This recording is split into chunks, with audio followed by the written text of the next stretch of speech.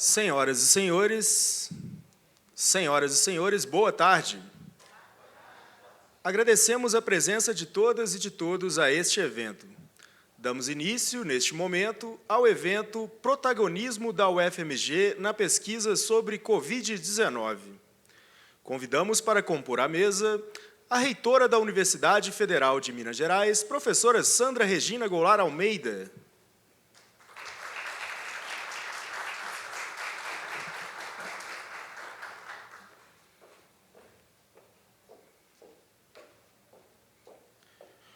O pró-reitor de pesquisa da UFMG, professor Fernando Reis.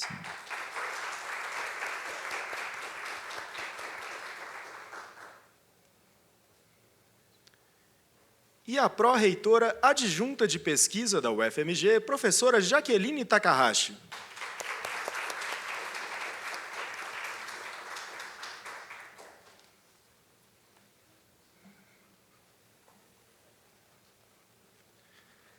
Com a palavra, a reitora da Universidade Federal de Minas Gerais, professora Sandra Regina Goulart Almeida, para a abertura desta cerimônia e suas considerações.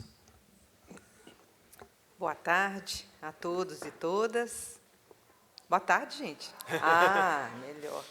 Uma enorme satisfação poder abrir este evento, organizado pela Pró-Reitoria de Pesquisa, que vai discutir, vai premiar também alguns dos trabalhos e mostrar o protagonismo, que mostraram, o protagonismo da UFMG na pesquisa sobre Covid-19. Eu queria, primeiramente, cumprimentar os diretores e diretoras aqui presentes. Estou vendo a professora Alamanda e o professor Ricardo. Não estou vendo, mas eu cumprimento todos e aqueles também que nos acompanham por meio do YouTube da PRPQ. Primeiramente, cumprimento também o professor Fernando, professora Jaqueline, pró-reitores de pesquisa, a quem eu agradeço pela organização deste evento, cumprimento toda a equipe da PRPQ, cumprimento também o NAI, que está sempre conosco, nos momentos mais especiais, nos ajudando a construir essa universidade, que ela é excepcional, de qualidade, e é também uma instituição que se quer cada vez mais inclusiva. Primeiramente, eu queria manifestar a minha enorme satisfação de estarmos aqui hoje de forma presencial. A gente não sabia a falta que fazia estarmos juntos de forma presencial. Então, eu celebro sempre que eu posso, eu celebro a nossa possibilidade hoje de estar aqui de forma presencial. A gente sentiu muito a ausência da comunidade, mesmo a gente que continuou trabalhando presencial, a falta e só poder encontrar com a comunidade de forma virtual, mas no momento que era necessário, sem dúvida alguma. E eu também gostaria aqui de manifestar a minha solidariedade, mais uma vez, sempre que eu posso também eu o faço, a todas as pessoas que foram afetadas pela Covid-19. A nossa comunidade sofreu muito, tivemos muitas perdas, como também em todo o Brasil, em todo o mundo. Esse é, sem dúvida alguma, um dos episódios mais traumáticos da história da humanidade, se não o mais traumático, neste século. Então, aqui fica a minha solidariedade a todas as pessoas que foram afetadas por essa pandemia, que ainda está conosco em situações muito melhores hoje, sem dúvida alguma, muito por causa da ciência, eu diria absolutamente por causa da ciência. Se conseguimos combater essa pandemia da forma que fizemos, nós só conseguimos fazer por causa da ciência. Então, este evento, se por um lado, ele tem esse papel importantíssimo de parabenizar e de agradecer as pessoas que se destacaram especificamente no campo da pesquisa, tem também o efeito de, mais uma vez, destacar os feitos da ciência e da nossa ciência. Então, isso, para nós não podemos deixar de mencionar isso em um momento tão importante da vida nacional. Vamos começar, em janeiro, um novo governo, e isso é algo que nós temos que destacar sempre. Sem ciência, não verás país nenhum. Para parafrasear um livro do qual eu gosto muito, um livro distópico, que fala que nós não veremos país nenhum se a gente não investir em ciência, sustentabilidade, em cooperação entre os povos. Então, este evento ele é esse agradecimento, de uma certa forma também enaltece o trabalho excepcional, exemplar da nossa comunidade em todas as áreas do conhecimento. Este é um recorte específico com relação ao protagonismo em termos das publicações, da visibilidade que foi dado, mas nós temos também que agradecer a toda a nossa comunidade em todas as áreas do conhecimento. Na área de divulgação científica, na área de extensão universitária, atenção às comunidades mais vulneráveis, em todas as áreas da ciência, as áreas de ciências exatas, ciências biológicas, ciências humanas, que se empenharam. Muitas pessoas me perguntaram, a UFMG se transformou durante essa pandemia? Eu digo, não. Ela só fez o que sempre fez, de maneira mais consistente e direcionada para o enfrentamento da Covid-19. A professora Lamanda está aqui e faz parte da história da Faculdade de Medicina, que é mais antiga do que a própria UFMG. Há 100 anos, mais de 100 anos atrás, agora, quando nós enfrentamos a gripe espanhola, a Faculdade de Medicina transformou o seu prédio em um hospital, para atender justamente as populações mais vulneráveis. A UFMG fez a mesma coisa. Ela não se transformou em templo de instituição, mas ela direcionou todos os seus esforços para atender aquilo que era necessário fazer naquele momento. E a isso nós somos muito gratos a toda a nossa comunidade por esse empenho durante essa pandemia e que foi instrumental para que nós conseguíssemos hoje chegar aonde chegamos. Então, fica aqui o meu agradecimento a todas as pessoas que hoje serão homenageadas, que nos darão o prazer de apresentar os seus seminários, mas também a toda a comunidade da UFMG que se empenhou de forma tão solidária, tão enfática, para atuar no sentido de um enfrentamento dessa Covid-19. E eu queria também destacar que este é um momento especial para nós, esse é o aniversário da UFMG. A UFMG completa 95 anos, completou, aliás, no dia 7 de setembro, na mesma data que o Brasil celebrou o seu bicentenário da independência. Então, essa data especial para nós, ela foi comemorada da maneira que é mais importante para nós comemorar, produzindo cada vez mais conhecimento. E a pandemia mostrou justamente isso, quanto que a UFMG tornou-se visível nesse momento. Visível no sentido, isso deve ter acontecido com vocês, em todo lugar que eu ia, as pessoas me agradeciam pelo trabalho que a UFMG estava fazendo, enfrentamento à Covid-19. Então, a visibilidade foi enorme, o aniversário foi comemorado desta maneira, de maneira muito discreta, pelo período que ainda enfrentamos, mas mostrando cada vez mais a importância da UFMG para a nossa sociedade, para as nossas cidades, onde a universidade está localizada, para o nosso estado, para Minas Gerais, e para o nosso país. Eu gosto de dizer, gosto de mencionar muito Darcy Ribeiro, que foi o pensador das universidades, e ele tem um livro que se chama A Universidade Necessária. Eu gosto de dizer que nós provamos, por meio do enfrentamento dessa pandemia, que nós somos não apenas necessários, nós somos imprescindíveis para a construção do país que nós queremos. Que país que nós queremos? Queremos um país que tenha mais desenvolvimento social, econômico. Queremos um país que cuide das pessoas, que cuide do bem-estar, do bem comum. Um país também que seja menos excludente, que seja mais equânime, e um país que, de fato, pense na educação, na ciência, no SUS, como vertentes imprescindíveis para a gente pensar o futuro do nosso país e para a gente preparar o nosso país para as gerações vindouras, sempre de forma sustentável.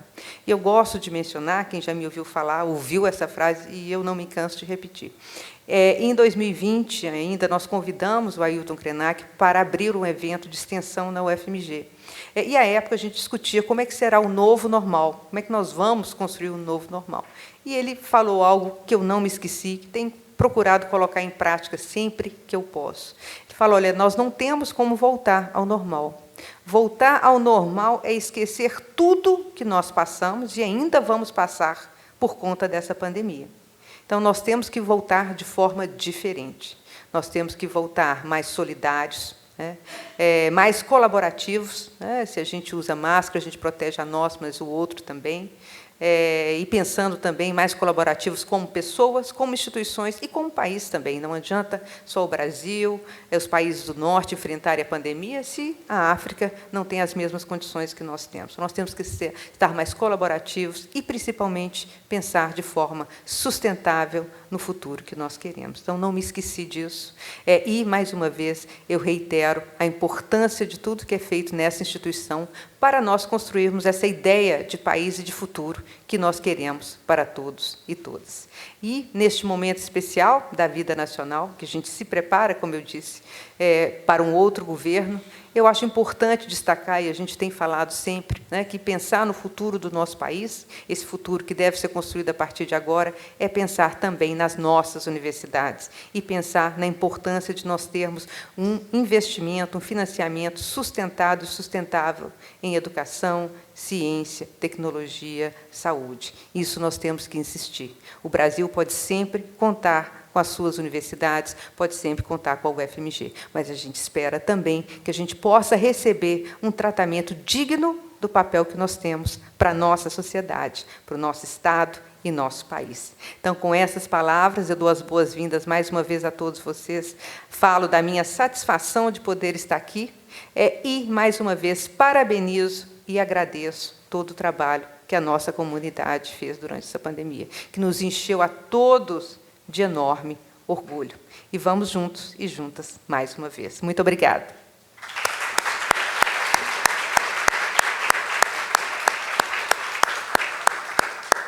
Com a palavra, o pró-reitor de pesquisa da UFMG, professor Fernando Reis. Cumprimento a excelentíssima professora Sandra Goulart Almeida, nossa reitora, a professora Jaqueline Takahashi, reitora adjunta, a todas as pessoas que estão aqui presentes. Com muita alegria que nós os recebemos para falar de algumas das conquistas em pesquisa, em conhecimento, em projeção que a UFMG teve ao se esforçar para entender melhor esta doença nova e essa epidemia durante esses 2 anos e meio. Então, em nome da Pró-Reitoria de Pesquisa, eu gostaria de enfatizar que o esforço da UFMG na pesquisa sobre o Covid-19 ele foi rápido, abrangente e de alto impacto. Foram mais de 200 projetos de pesquisa, 730 artigos indexados em bases internacionais e citados mais de 8.300 vezes. Se a gente fizer um índice H dessa produção, dá um índice H de 40. E 15 pedidos de patente depositados. Os grupos de pesquisa da UFMG atuaram em frentes tão diversas como o desenvolvimento de vacinas em 7 projetos, um dos quais acaba de entrar em testes clínicos e será apresentado aqui, testes de medicamentos, kits para diagnóstico, até o estudo dos impactos ambientais, educacionais e demográficos da pandemia, abrangendo todas as unidades acadêmicas e inúmeros grupos de pesquisa, aos quais nós somos muito, muito gratos. Então, eu convido vocês a conhecer alguns desses projetos, acessando a nossa página, ufmg.br/coronavírus, pesquisas na UFMG, e conhecer mais todo esse legado deste esforço imenso e de altíssima qualidade que foi feito para se entender e se enfrentar no campo da pesquisa à epidemia de Covid-19. A UFMG teve protagonismo em todas as áreas, como a reitora já disse, na assistência, na liderança comunitária, em todos os aspectos, na formulação de políticas públicas, e aqui nós vamos hoje tratar de um desses aspectos muito relevante, que é o da pesquisa original sobre essa doença. Então, nós vamos dar prosseguimento à solenidade, não é? E eu gostaria, então, de pedir que a reitora e a pró-reitora adjunta se posicionassem para a entrega dos nossos singelos certificados de agradecimento a 9 líderes de grupos de pesquisa que representam os seus grupos, representam as suas numerosas equipes e todo o esforço de colegas pesquisadores principais, pós-graduandos, alunos de iniciação científica, técnicos, que fizeram da UFMG uma verdadeira protagonista nesse trabalho. Então, eu queria que vocês dessem a melhor acolhida à professora Ana Cristina Simões e Silva.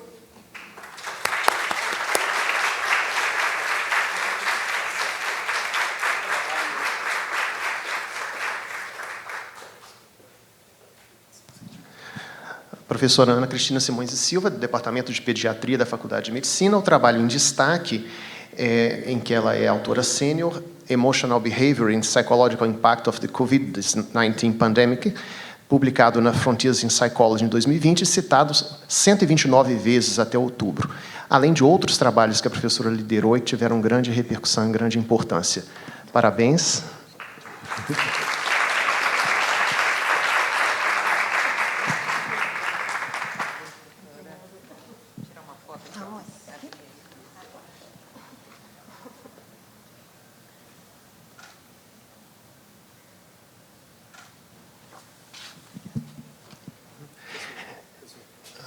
Muito obrigado. Eu gostaria, então, de chamar a professora Débora Marques de Miranda.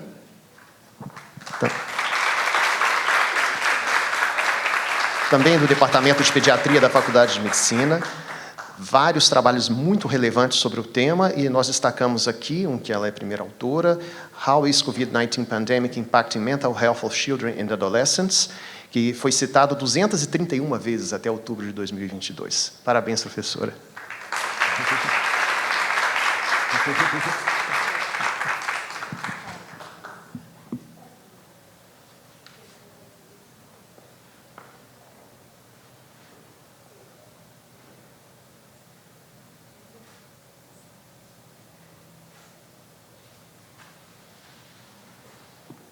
Gostaria de dar as boas-vindas à professora Débora Carvalho Malta, da Escola de Enfermagem, que será uma das nossas palestrantes dessa tarde. A professora Débora Malta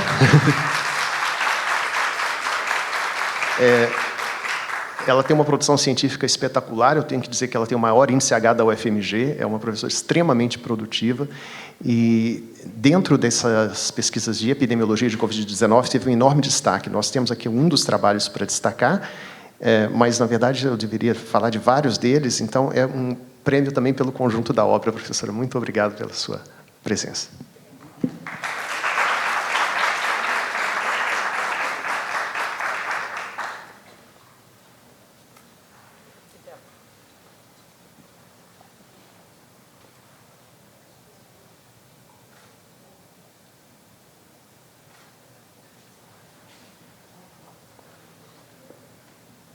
Eu gostaria de chamar o professor emérito Dirceu Bartolomeu Greco, da Faculdade de Medicina.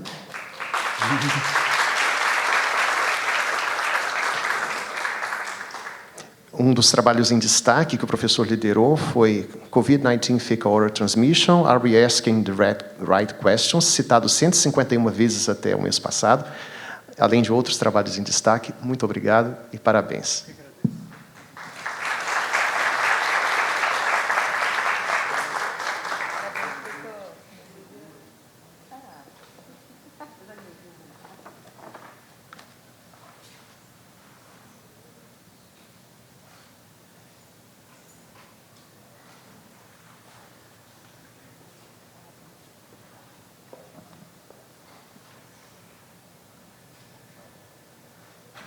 Gostaria de chamar o professor Eduardo Araújo de Oliveira, também do Departamento de Pediatria da Faculdade de Medicina.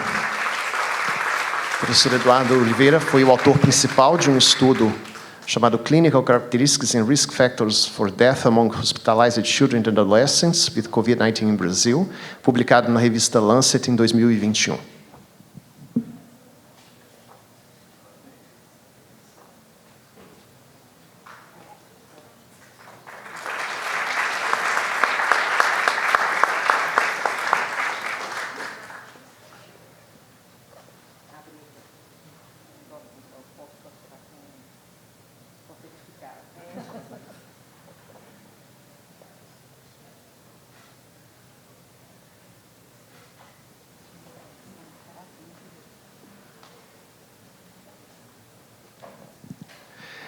Outra pesquisadora principal que nós destacamos é a professora Marta Giovanetti, que é titular do programa de pós-graduação em bioinformática.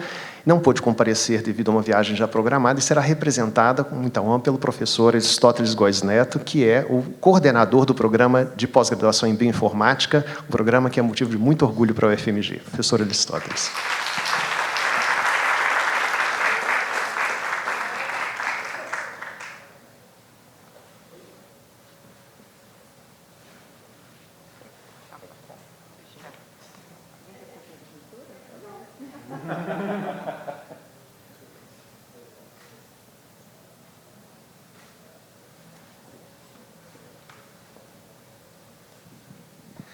Eu gostaria de chamar ao palco a professora Milena Soriano Marcolino, que também será palestrante esta tarde, líder de diversos trabalhos de pesquisa de imensa importância sobre a Covid-19, especialmente na área clínica, e nós destacamos um dos estudos liderados por ela, que foi citado 304 vezes até agora, publicado ainda em 2020. Parabéns, professora.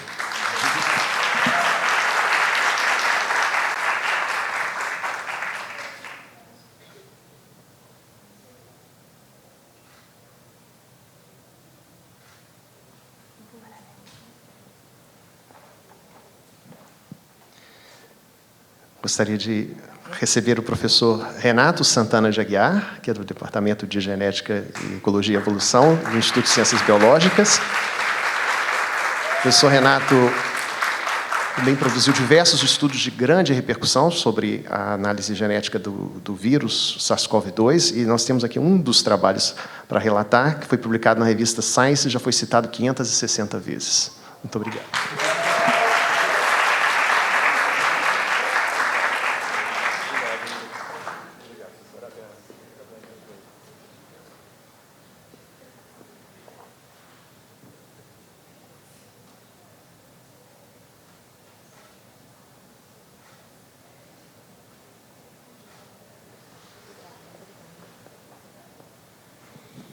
E, finalmente, gostaria de receber o professor Ricardo Tosses Gazinelli, que é do Departamento de Bioquímica e Imunologia do Instituto de Ciências Biológicas, pesquisador principal e líder do Centro de Tecnologia, o CT Vacinas, e autor sênior de um trabalho que descreveu a vacina Spintec e todas as suas características iniciais na revista Nature Communications, agora com grande repercussão no ano de 2022. Professor Gazinelli.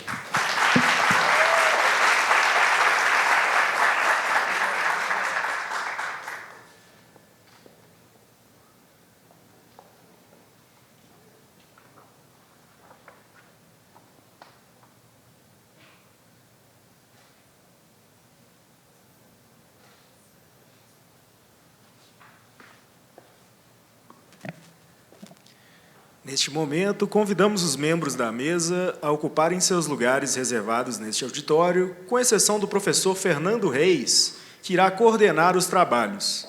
Tenham todas e todos um ótimo evento.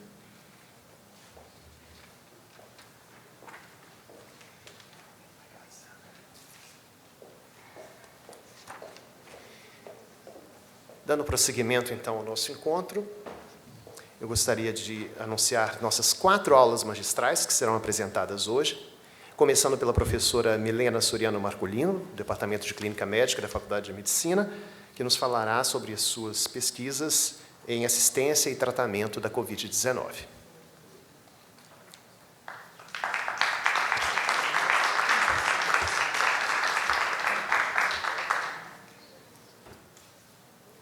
Boa tarde a todos. É uma honra estar aqui hoje. Fiquei emocionada com o discurso da excelentíssima reitora e eu trago o que ela falou de colaboração para essa minha atuação aqui. Eu não estaria aqui hoje se não fosse a colaboração de centenas de pesquisadores e mais de 60 alunos que contribuíram nas diferentes pesquisas.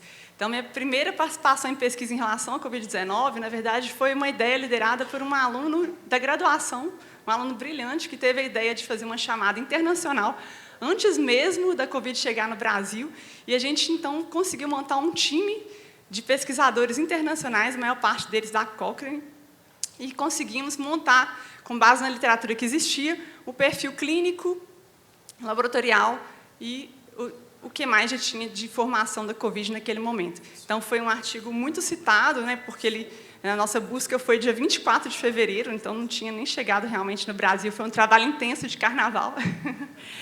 E depois esse grupo continuou produzindo, a gente fez mais 2 outras revisões sistemáticas que também foram bem relevantes. Trabalho também no Centro de Telesaúde do Hospital das Clínicas da UFMG, então a gente sempre une assistência e pesquisa, né, como uma forma de enfrentamento da pandemia, atuamos rapidamente, então fizemos o que vocês conhecem do Monitora, né, o sistema de teleconsulta que atendeu tanta gente da comunidade. Eu, pessoalmente, liderei a parte do chatbot, talvez alguns de vocês tenham sido atendidos aí pelo Pedro, né, triado pelo Pedro, aqui está a versão Ana, que é a versão do site, mas para o Monitora foi o Pedro. E aí, com isso, fizemos algumas publicações em relação a isso, né, mostrando, inclusive, a grande eficiência do serviço em evitar encaminhamentos, com isso, diminuindo a sobrecarga dos serviços de urgência. Então, o FMG teve um papel importante nisso, né, não só aqui na comunidade UFMG, mas também em Teoflotone e Divinópolis.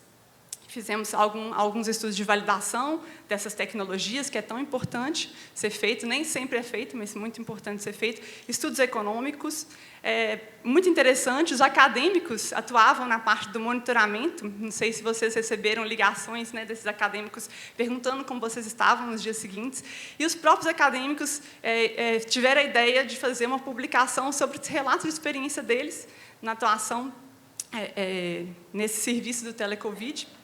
Inclusive, o trabalho está concorrendo a um prêmio internacional da Sociedade Internacional de Telesaúde. Também está em andamento estudos com desfechos clínicos da implementação desse serviço, além de... falta um slide aqui, perdão. Além de pós-Covid também. Né, quem foi atendido deve ter recebido também ligações que a gente está monitorando os sintomas pós-Covid, principalmente, né, sintomas de brain fog, né, sintomas psíquicos e sintomas de alterações de memória, tão importantes e relevantes, até com impacto no trabalho. Outra ação nossa do Telesaúde foi um estudo de quanto a pandemia impactou nas consultas de pacientes com hipertensão e diabetes no Vale do Mucuri, e desenvolvemos para isso um aplicativo para facilitar o ACS. Já ia na casa dos pacientes, então a gente colocou um aparelho de pressão digital para esse ACS colocar para o paciente usar, porque ele pessoalmente, né, não poderia medir, e com isso triar os pacientes mais descontrolados para esses pacientes serem priorizados para a consulta. Então a gente aí, né, unindo pesquisa e assistência com a comunidade. Eu lidero uma grande coorte COVID com 37 centros de pacientes internados, 37 hospitais em 17 municípios do país, e com isso a gente teve o envolvimento de mais de 200 pesquisadores, na verdade, profissionais de saúde que dividiam o momento deles de descanso com atividades de coleta de dados, e mais de 60 acadêmicos de iniciação. Na primeira etapa do estudo, que foi 2020, a gente conseguiu um financiamento para os alunos, eles eram bolsistas, mas já na segunda, 2021 e 2022, os alunos, em sua enorme maioria, alunos voluntários, mas muito motivados em sua contribuição com a pandemia. E aí, né, esse grupo é hoje um grupo de pesquisa cadastrado no CNPq. Uma primeira produção do grupo foi um perfil das características clínicas e laboratoriais e desfechos, né, desses pacientes internados. Houve um dado muito alarmante, né, de uma mortalidade maior até mesmo que países na África, e outro dado alarmante de um altíssimo uso de antibiótico, que a gente preocupa muito com a indução de resistência bacteriana. Fizemos avaliações econômicas desses pacientes internados e um estudo que eu me orgulho bastante é a produção dessa calculadora de risco de mortalidade. Então, o paciente chega no hospital, com dados da admissão hospitalar, é possível calcular, estimar o risco dele de morrer ainda no hospital, com variáveis clínicas fáceis de obter. E para centros onde não é possível acesso à internet, a gente também fez infográfico. E o score, né, essa calculadora de risco, mostrou uma excelente acurácia. Aí, quando a gente compara com outros scores desenvolvidos para a COVID ou usados, né, para CTI, para emergência, teve um desempenho superior. Além disso, uma colaboração com o DCC, a gente conseguiu estudar também que há uma mudança do perfil, né, assim, de impactos de risco de diferentes variáveis da pandemia ao longo do curso da pandemia. Então, isso também foi uma publicação bem relevante, que inspirou outras publicações de outros pesquisadores em relação ao tema. E um outro estudo que eu também me orgulho bastante, que é essa calculadora de risco que a gente fez para predizer diálise no paciente que interna com Covid-19. Também com variáveis fáceis de obter e excelentes resultados em termos de acurácia. É uma calculadora que está disponível gratuitamente, assim como a outra, qualquer um pode acessar, só precisa de acesso à internet. E eu estou até correndo, porque eu vou apresentar esse estudo no American Heart Association, que é o maior, né, congresso de cardiologia do mundo, e esse estudo vai ser premiado como o artigo, né, o abstract, teve maior pontuação em todos os abstracts brasileiros submetidos ao congresso desse ano. Também atuamos na avaliação de preditores de tromboembolismo venoso, que é uma importante causa de morte em pacientes que internam por Covid, com uma colaboração, de novo, com a equipe do DCC. A gente usou tanto estatística tradicional, então também não posso deixar de mencionar a importante colaboração com o Departamento de Ciência da Computação, na pessoa da professora Magda Pires, né, e do DCC, o professor Marcos Souza. Então, a gente conseguiu observar uma interseção entre desses diferentes modelos, tanto de estatística tradicional quanto de machine learning, mas uma adição ao machine learning por não depender da linearidade das variáveis, né? Então, algumas variáveis, por exemplo, a pressão parcial de CO2, né? Tanto muito baixo quanto muito alto aumentam o risco, bicarbonato a mesma coisa, então isso não era captado com um modelo de estatística tradicional. E também observamos, né, pior desfecho em termos de ventilação mecânica invasiva, terapia renal substitutiva, sangramento e mortalidade em pacientes que desenvolviam tromboembolismo venoso. E esse trabalho foi premiado, nessa foto é o mestrando, é o Arley, no Congresso Mundial de Cardiologia desse ano, e está, inclusive, no Medscape, um comentário sobre ele.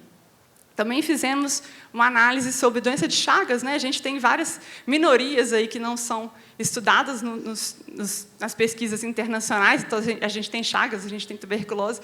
Então, foi um estudo pioneiro de avaliar Chagas e Covid, e a gente percebeu que não tem uma piora de prognóstico nesses pacientes com doenças de Chagas.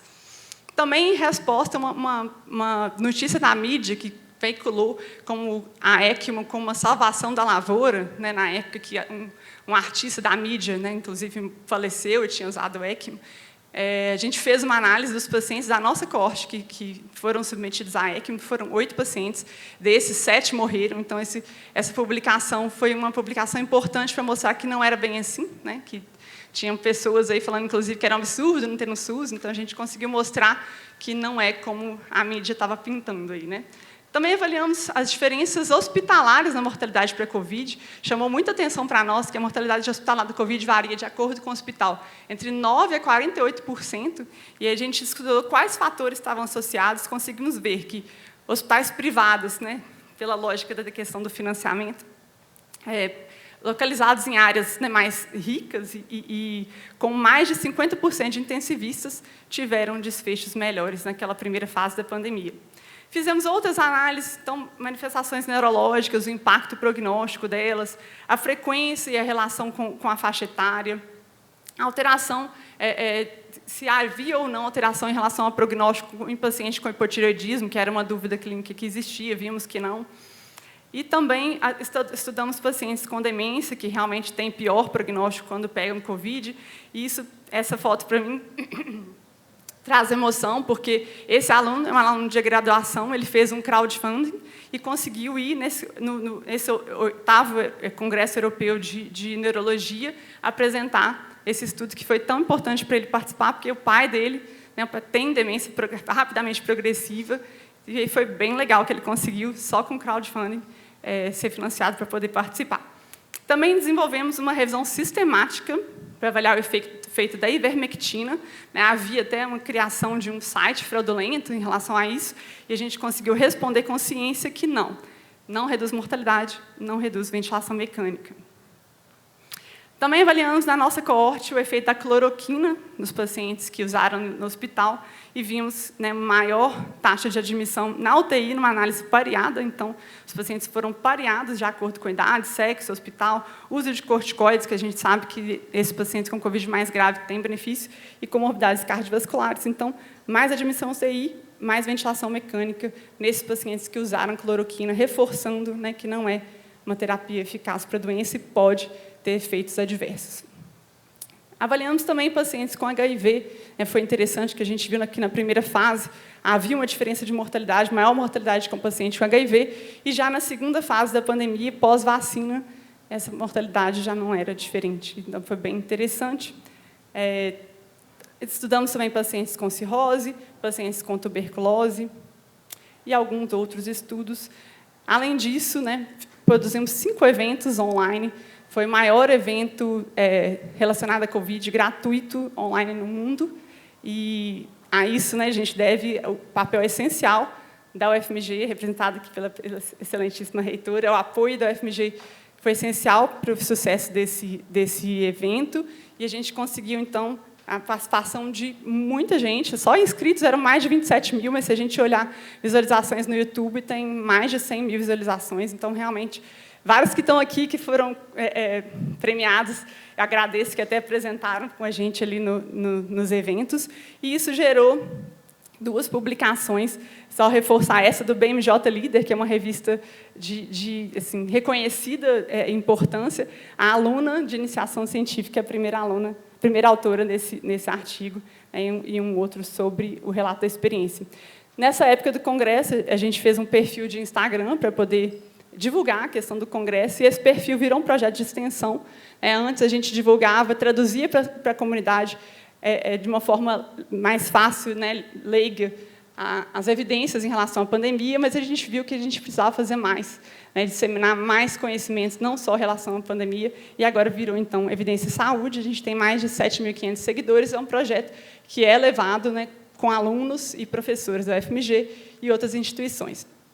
E essa foto é a minha maior alegria, né, de chegar no plantão e ver, né, a médica usando a calculadora que a gente fez. Então, realmente, produzindo pesquisa útil para a sociedade.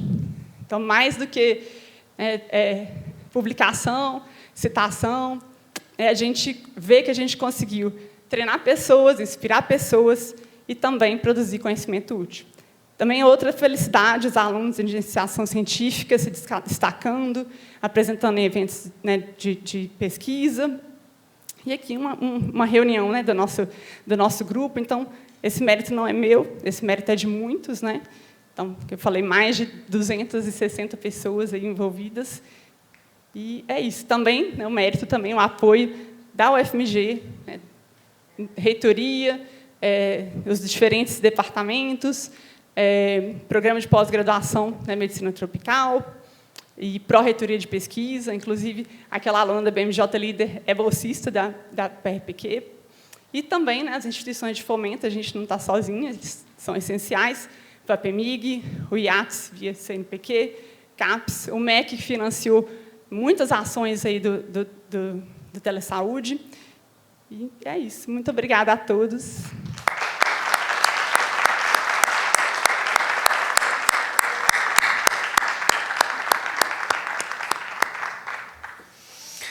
Eu vou pedir desculpa que eu vou ter que me retirar. Desculpa, professor Fernando, que eu vou ter que pegar um avião. Eu quero agradecer imensamente a professora Milena, que aceitou nos prestigiar com a sua palestra, mesmo tendo que sair daqui a meio minuto para pegar um avião para esse congresso americano. E nós vamos ter um intervalo de 30 segundos aqui, apenas para poder ajustar a apresentação do professor Ricardo Gazinelli. Em seguida, seguiremos sem pausa com as outras 3 aulas magistrais.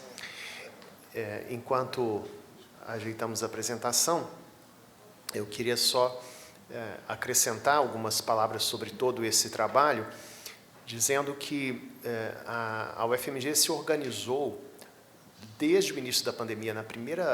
Antes da OMS declarar a pandemia, já estava a UFMG trabalhando para poder enfrentá-la em todos os campos, desde a adaptação do ensino, passando por toda a colaboração com a assistência nos seus hospitais e com as políticas públicas de saúde e nos seus laboratórios, né? Houve vários laboratórios de pesquisa que foram convertidos temporariamente em laboratórios de testes e que forneceram milhares e milhares de testes para o Sistema Único de Saúde.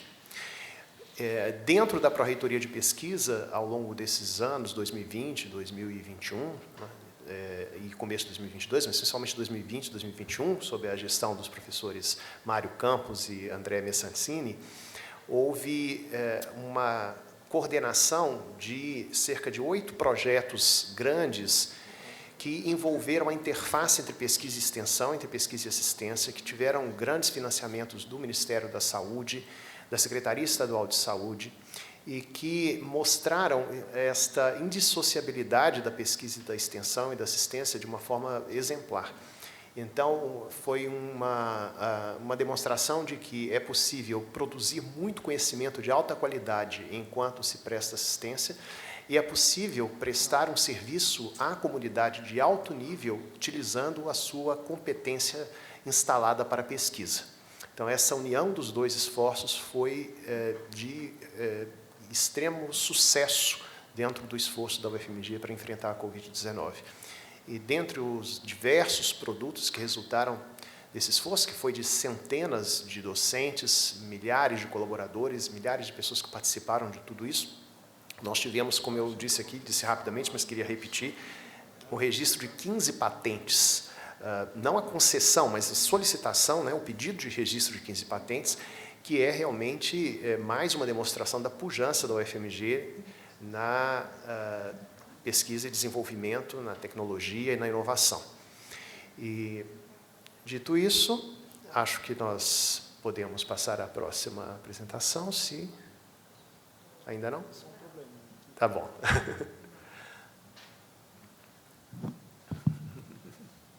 Eu vou ter que pedir licença, que eu tenho uma agenda, mas eu queria só complementar algo que o professor Fernando falou, e aqui eu aproveito a presença dos dois diretores que aqui estão para agradecer o empenho dos diretores que nos ajudaram. Isso foi em abril de 2020, a UFMG conseguiu 21 milhões para a pesquisa de Covid, no edital aberto pela Secretaria de Educação Superior, que nós tivemos, o quê? Menos de uma semana, para poder apresentar as propostas. A UFMG, com a ajuda dos diretores, se organizou. Eu lembro que eu, Mário e André ficamos até 2 da manhã mapeando e tentando fazer um projeto adequado. A UFMG ganhou 21 milhões. Ninguém mais ganhou o que a UFMG ganhou. Então, por isso que eu agradeço muito a nossa equipe e toda a nossa comunidade. O que ganhou mais próximo foi o UFRJ, que ganhou para assistência do hospital. O próximo ganhou 1 milhão. A UFMG ganhou 21 milhões. Então, foi um orgulho enorme, primeiro, a gente ter podido atender a demanda da comunidade no momento que era imprescindível. Então, fica aqui o nosso agradecimento. Isso foi coordenado pela Pró-Reitoria de Pesquisa, né, que acompanhou, e depois isso foi transformado nos nossos CULabs, né, laboratórios de cooperação, e a gente conseguiu, a partir deste primeiro apoio inicial, mais recursos de outros órgãos de fomento. Então, isso a gente agradece à comunidade, o empenho dos diretores em atender a essa demanda emergencial. A gente tentou mudar a data, mas não conseguimos, e a gente conseguiu esse feito inédito entre as universidades brasileiras. Então, mais uma vez, eu agradeço. Peço desculpa, Gazinelli, eu vou ter que sair, que eu tenho um outro evento, mas parabenizo mais uma vez a todos vocês. Depois eu vou assistir no YouTube. Tá? Um abraço.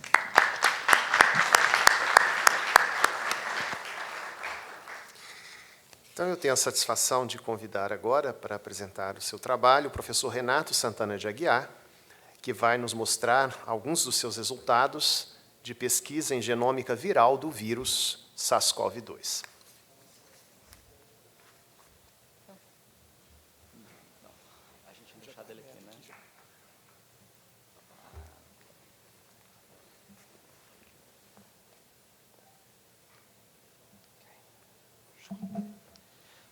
Boa tarde a todos. É um prazer estar aqui. Assim, primeira coisa, obrigado, professor Fernando. Na verdade, a professora Sandra, a reitora, acabou de sair. Então, agradeço, estou vendo o Dirceu, saudades de ver o Dirceu. Muito legal, gente. Eu quero só agradecer essa homenagem. Na verdade, eu gostaria de começar falando que a gente tem que agradecer os alunos, os técnicos, os outros professores, o departamento, o instituto e, obviamente, a universidade que permitiu que tudo isso acontecesse. Então, eu gostaria de começar agradecendo aos alunos que estiveram envolvidos, estou vendo alguns deles aqui, fico muito feliz de ver a presença de todos eles, vou terminar com eles também. Então, para mim, também, que as pessoas que não conhecem a minha história, eu sou egresso da UFMG, fiz mestrado aqui, graduação aqui, sou belo-horizontino, mas, vou usar a palavra certa, mas perdi também não. Namorei com o Rio de Janeiro durante 15, 16 anos, fui professor da UFRJ durante 10 anos e meu sonho era voltar para a UFMG. Então, na verdade, voltei em 2019 e aí depois veio a pandemia de Covid-19, que teoricamente, como virologista, a gente não podia deixar de fazer isso. Então, a gente não fez nada a mais do que, obviamente, era necessário de ser feito, ainda mais com a nossa expertise. Então, para mim, isso tem uma alegria muito grande. O professor Gazinelli também, fui aluno do professor Gazinelli aqui também na pós-graduação de Bioquímica. Então, para estar de volta na UFMG e estar aqui hoje é um dia muito importante para mim. Obrigado mais uma vez. Vamos lá, então. Então, eu vou falar um pouquinho sobre vigilância genômica de SARS-CoV-2, mas falar um pouquinho de como isso é importante principalmente para entender não só a dispersão da doença, mas também com relação à gravidade da Covid-19. O meu laboratório é o Laboratório de Biologia Integrativa, coordenado por mim também pelo professor Renan Pedra, que não está aqui, está na Holanda agora fazendo um pós-doc, e também nada disso seria possível sem a coordenação do professor Renan também. A gente é do ICB, aqui da UFMG, e na verdade, tudo o que a gente fez não seria possível se também a universidade não tivesse se envolvido em um programa de assistência. Então, como a professora Sandra acabou de dizer, foi extremamente importante. A UFMG não só liderou esses projetos, porque, obviamente, ela já tinha a excelência consolidada, mas também porque ela se organizou de uma maneira recorde entre todas as universidades para dar uma resposta o mais rápido possível. Então, isso aqui é um trabalho muito importante que, na verdade, um projeto desenvolvido pelo Ministério de Ciência e Tecnologia com recursos do FINEP também, foi o laboratório de campanha onde 13 universidades se organizaram para tentar ajudar a fazer o diagnóstico de Covid, porque os laboratórios de referência de cada estado, obviamente, estavam extremamente sobrecarregados com o número de exames que teriam sido feitos.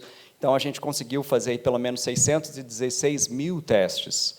E esse projeto foi coordenado pela UFMG, especificamente pela Pró-Reitoria de Pesquisa, e a UFMG foi o centro que teve o maior número, na verdade, quase 300 mil testes foram feitos pela UFMG. Então, só a partir disso que a gente conseguiu fazer todos esses estudos de vigilância genômica, e isso foi extremamente importante para a assistência dos pacientes, na verdade, com relação ao diagnóstico de Covid. Tá?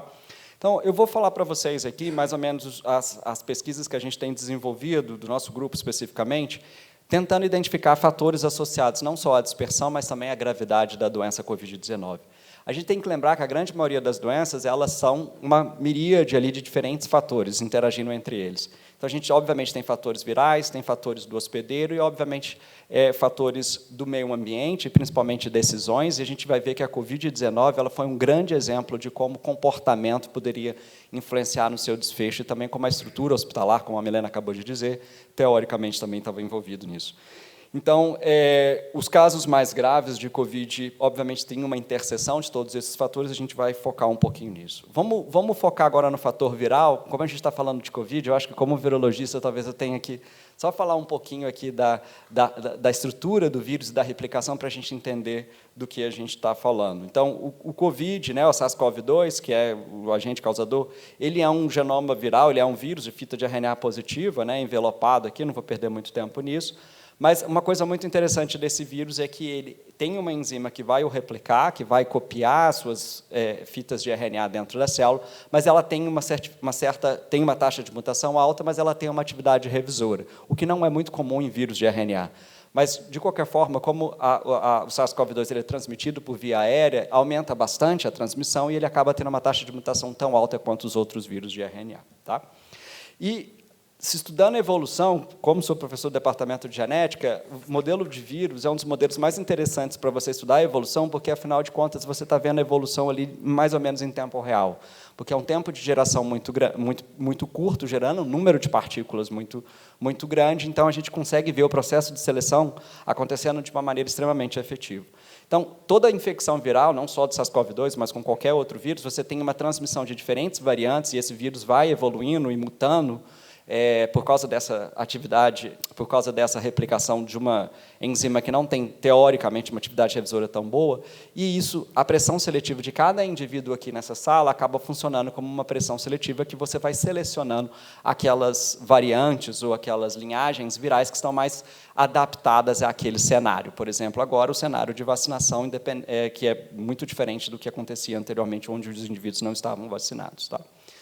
Obviamente, fazer a vigilância ou a genômica, a vigilância genômica, a identificação dessa dinâmica dos variantes, ela é muito importante. Não só para a gente entender grupos de transmissão, para tentar controlar aeroportos, fronteiras, tentar ver se alguns desses vírus estão mais associados a aumento de taxa de transmissão, assim como também de severidade e impacto da doença. Então, isso é extremamente importante. Obviamente, existem aí metodologias genéticas que você consegue fazer essa reconstrução filogenética desses vírus, e é o que a gente tem feito bastante no nosso laboratório. Tá? Desde o início da pandemia de Covid também, a Rede Vírus, a gente participa aí de uma rede que já é consolidada, e isso é importante de dizer, como que o investimento em ciência, obviamente, a longo prazo, ele tem um retorno imediato. Então, a Rede Vírus, a gente já tinha aprendido bastante com genômica de arbovírus, o que o Brasil sofre bastante, com Zika, chikungunya e dengue, e a gente utilizou essa mesma rede para poder dar uma resposta para SARS-CoV-2. Então, num outro projeto que também a parte de Minas Gerais foi coordenada pelo nosso laboratório, num projeto coronômica que a gente estava avaliando, fazendo uma vigilância genômica em todo o país, concentrando a expertise de diferentes professores em diferentes estados, e, obviamente, tudo isso era comunicado via Ministério de Ciência e Tecnologia para a tomada de decisões. Mais uma vez, isso só foi possível por causa da estrutura da UFMG, então, todo o estudo de vigilância genômica depende de equipamentos caros, principalmente de sequenciadores de última geração, que existem num centro multiusuário dentro do Instituto de Ciências Biológicas, que qualquer um pode usar. Então, que é associado ao CELAM, que é um laboratório multiusuário, e que tudo que a gente fez só foi possível exatamente por causa dessa estrutura já pré-estabelecida. Tá? Então, esse é o trabalho que, na verdade, foi citado aqui hoje. O nosso trabalho ele foi o primeiro a identificar os genomas específicos de SARS-CoV-2 aqui no Brasil, e a gente conseguiu sequenciar pelo menos 400 genomas logo lá no início, em 2020. Na verdade, não foi só o trabalho com o maior número de genomas brasileiro, mas também com o menor número de genomas na América do Sul. E, naquele momento, lá em 2020, a gente via aqui em azul que as infecções que estavam acontecendo no nosso país eram muito mais relacionadas a introduções internacionais, que estão aqui representadas em azul, mas depois que ele se estabeleceu em março de 2020, a gente já começou a ver o vírus evoluindo na população brasileira e começando a ter algumas características específicas de algumas linhagens que se estabeleceram depois aqui especificamente no Brasil. Depois disso, o nosso trabalho também foi muito importante para identificar aquela variante gama, ou AP1, que esteve associado com o aumento do número de casos graves e óbitos em Manaus, mas que depois dissipou em todo o nosso país. É uma variante que apareceu no nosso país e que depois a OMS caracterizou ela como uma variante chamada gama, e a gente viu que foi muito importante em relação ao aumento da taxa de fatalidade no nosso país. Ao longo do tempo, a gente foi, obviamente, por causa de todo o diagnóstico, acompanhando esses casos, que a gente tinha acesso às amostras, tá? E a gente foi avaliando aqui a evolução desses vírus. Isso é uma coisa que sempre acontece em vírus, pessoal. Sempre existe uma linhagem que vai se adaptando, aí depois muda o cenário epidemiológico, ela começa a desaparecer e aparece uma outra que tem alguma vantagem adaptativa naquele cenário epidemiológico específico. Então, aqui eram as variantes que circulavam no início, depois ela foi substituindo aqui pela P2, a gente também demonstrou isso no trabalho, e depois a gama, aqui especificamente em verde, que dominou todo o nosso país. Não é só fazer vigilância, isso tem uma consequência. A gente foi vendo que existiam algumas mutações específicas na região aqui do spike, que é aquela glicoproteína de superfície do vírus, que é importante para interagir com o receptor da célula, e, obviamente, quando estava tendo mutações, aquilo poderia aumentar a possibilidade daquela interação entre o vírus e o receptor celular, e, a consequência disso, o vírus entrava em maior quantidade, aumentava a transmissão, aumentava a carga viral. Então, isso era importante de se analisar e fazer uma correlação com a transmissão. Além do que, também, isso é importante para o desenvolvimento dos anticorpos neutralizantes, porque essas são as regiões que são, em geral, reconhecidas pelas diferentes estratégias vacinais utilizadas. Então, é importante também a gente ver se alguma mutação dessa está associada a algum escape imunológico das vacinas que estariam utilizadas. Tá?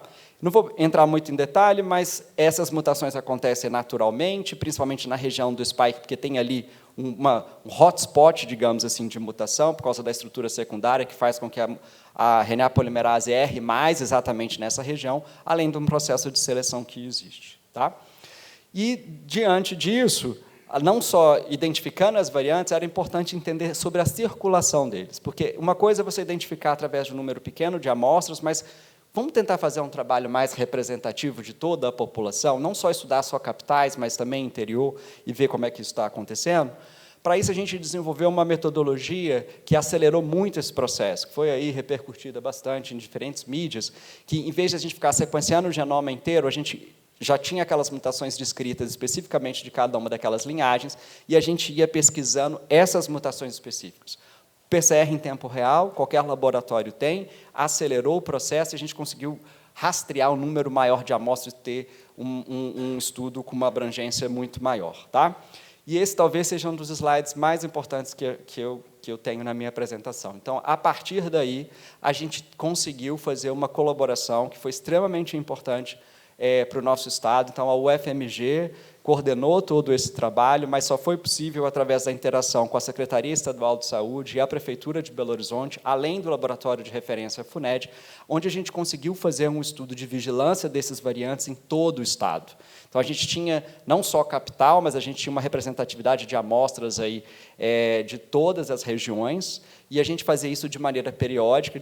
Quando a gente via um aumento do número de casos, um aumento do número de fatalidade, a gente sempre estava ali tentando identificar quais aquelas variantes que poderiam estar associadas a isso. E esse projeto se chamou OVIGEN, Observatório de Vigilância Genômica, e ele foi aí importante, ele foi o responsável pela maior quantidade de genomas sequenciados no nosso estado. Tá? Com isso, a gente conseguiu demonstrar a introdução da gama no nosso estado, que estava associada ao maior número de mortes e, inclusive, um aumento da transmissão. Isso foi feito não só em Belo Horizonte, mas em diferentes capitais. A gente conseguiu coordenar com diferentes grupos. Então, a gente vê aqui, essa linha tracejada sempre mostra o período da gama, e aí a gente vê um aumento da taxa de fatalidade em todas as capitais, onde você teve aí a introdução da gama.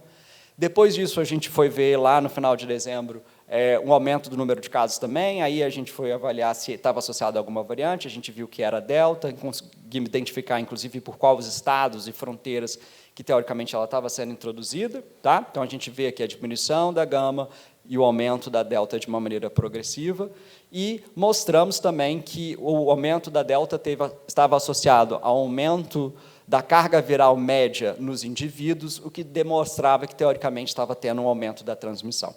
Não foi acompanhado do aumento de casos graves e óbitos, porque, naquela época, a gente já estava avançando no programa de vacinação, e o número de doses que os indivíduos já tinham tomado, obviamente, estavam lhe protegendo contra casos graves, que é o que a gente sabe em relação à vacina. Tá? Esse trabalho ampliou para o Brasil inteiro, através de uma parceria com o laboratório, o Grupo Hermes Pardini, que tem laboratórios espalhados em todo o país. Então, a gente começou a ter uma abrangência nacional desse trabalho, e a gente, de novo, conseguiu identificar o estabelecimento de todas essas variantes, gama e delta. E o que mais chamou a atenção da ômica, que é o grande desafio que a gente tem, é a rapidez com que ela se tornou aquela a variante mais prevalente, mostrando que ela realmente tinha uma vantagem adaptativa para replicar mesmo em indivíduos vacinados, e por isso ela estava conseguindo se manter. E a gente sabe que os grandes desafios que a gente tem agora são as subvariantes da BA.5, que estão dando esses blips de infecção que a gente está vendo aí. Tá? Tudo isso foi revertido para a sociedade, comunicado em informes para todas as secretarias, para todos os órgãos, para tomada de decisão, publicados através de uma página do Programa de Pós-Graduação em Genética, com informes periódicos mensais, comunicando todos os achados que a gente estava tendo, para que os órgãos competentes pudessem monitorar a transmissão. Tá? Além disso, isso foi importante também, porque no meio do caminho a gente conseguiu também aprovar um projeto na FINEP para o estabelecimento do Laboratório de Biossegurança Nível 3 do ICB, o qual eu e o professor Luiz somos coordenadores, o que foi extremamente importante, não só para o isolamento, é um multiusuário novamente, tá? Não só para o isolamento dessas variantes que, teoricamente, deveriam ser feitos nesse ambiente de biossegurança, mas também para os outros projetos que vieram a seguir da vacina, da UFMG, que precisavam de ser testados em animais, e esse NB3 ele já nasceu com um biotério, que, na verdade, é o único do nosso estado.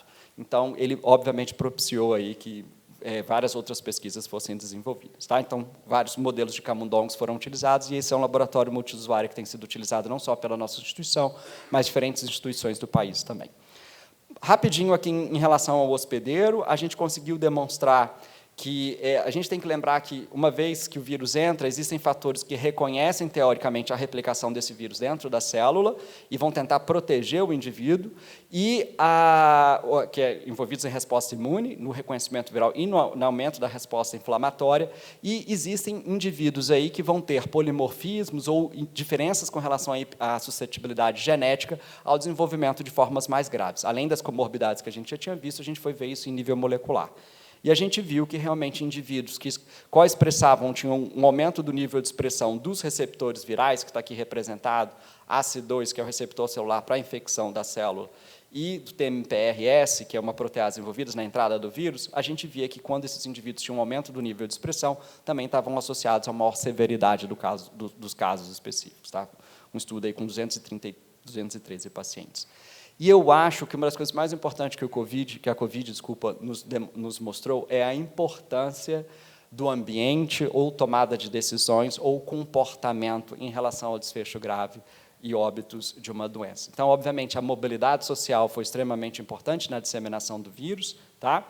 A gente demonstrou que, no início, o vírus estava associado a capitais em fluxo de voos internacionais, né, dos países, principalmente do hemisfério norte, mas depois ele começou a ser interiorizado em todos os países.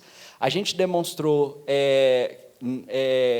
que a implementação de medidas de profilaxia, né, com não intervenção terapêuticas, mas utilização de máscaras, higiene, realmente diminuíram a taxa de transmissão. Então, aqui mostrando o R que caiu para cerca de 1, quando essas medidas foram realmente implementadas. E uma coisa muito importante também, que foi que a gente conseguiu demonstrar, é que, apesar da gama, por exemplo, na época que ela foi introduzida, ela estava associada com o aumento da taxa de fatalidade ou de letalidade dos casos de Covid, isso não explicava o número de óbitos específico que a gente estava vendo divergente entre as diferentes capitais, como a professora Milena acabou de dizer. Que a estrutura hospitalar das diferentes capitais também estavam contribuindo especificamente para os desfechos graves. Esse é um trabalho que, na verdade, foi muito utilizado de uma maneira errônea aí na política de BH, né? Assim, de uma maneira de campanha política mesmo, mas é porque ele realmente demonstrou que Belo Horizonte, utilizando parâmetros de estrutura com relação ao número de leitos, respiradores, números de profissionais e considerando o tempo de internação, a gente via que, se Belo Horizonte é essa linhazinha vermelha aqui, se outras capitais tivessem a mesma estrutura hospitalar que Belo Horizonte, a gente teria conseguido evitar pelo menos 328.294 óbitos em relação à Covid-19, mostrando que a estrutura também ela contribui aí para o desfecho grave. Tá? Com relação ao comportamento, a gente demonstrou que, depois que a vacinação foi crescendo, obviamente, aqueles óbitos não estavam diretamente relacionados à variante, mas muito mais associados à vacinação, independente da estratégia de vacinação, o que era muito importante naquela época que a Coronavac estava sendo extremamente criticada. Então, a gente demonstrou que os óbitos, independente se era delta, se era gama, estava muito mais associado a se as pessoas tinham completado o seu esquema de vacinação ou há quanto tempo, teoricamente, ela tinha tomado a última vacina, mostrando a importância das doses de reforço na proteção contra os casos graves da Covid. Tá? Então, é mais ou menos isso que eu queria dizer. Eu não tenho como finalizar isso sem agradecer os inúmeros alunos, técnicos, outros professores, outros grupos, todo o financiamento de todas as agências, não dá tempo de mencioná-la como um todo, mas principalmente a UFMG, que disponibilizou a estrutura, todos os funcionários que nos ajudaram até na portaria, recebendo a amostra, eu sempre falo isso, assim, o ICB sofreu bastante nessa época, e nada disso seria possível sem a participação de todas as pessoas envolvidas, o qual eu queria realmente agradecer a todos vocês. Tá bom? É isso, pessoal. Obrigado.